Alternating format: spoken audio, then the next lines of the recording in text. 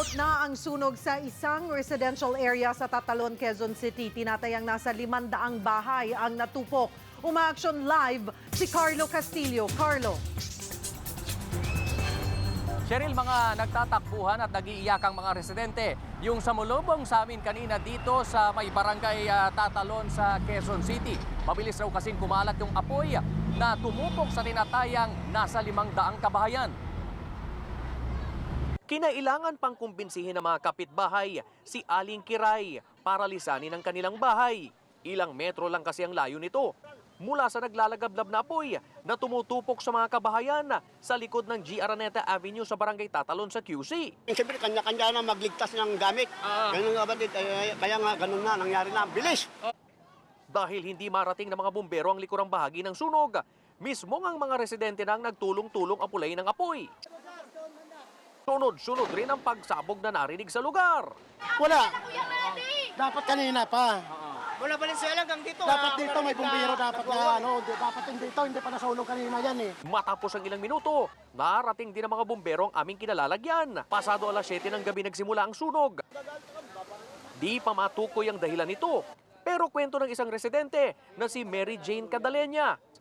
Madalas raw magkaroon ng maliliit na sunog sa lugar nila dahil sa mga illegal na koneksyon sa kuryente. Saan ba nagsimula itong sunog na to? Sa PisoNet nila Datoy mismo. Lalaki na dyan sa dulo, maraming mga PisoNet dyan, mga illegal. Nandyan na lahat, dikit-dikit yung mga bahay. Dumadaanan mo, may mga jumper dyan. Lahat ng mga bahay dyan. Kaya madadaan nyo, puro talaga wire. Tinatayang nasa 500 pamilyang apektado ng sunog. Sa gilid muna ng kangkungan ng Victory, nasakop rin ang barangay Tatalon muna sila magpapalipas ng magdamag. Kasama na dito ang mga bata, mga sanggol, at ang 68 anyos na stroke patient na si Maria Sumanting. Kahit presensya lang po ng kapitan, mga kagawad po yung mga dumamay sana sa amin dito, wala pa po kaming nakikita. Mayor Herbert, kung ano pong may tutulong nyo sa amin, hawak lang kami ng Meralco dito.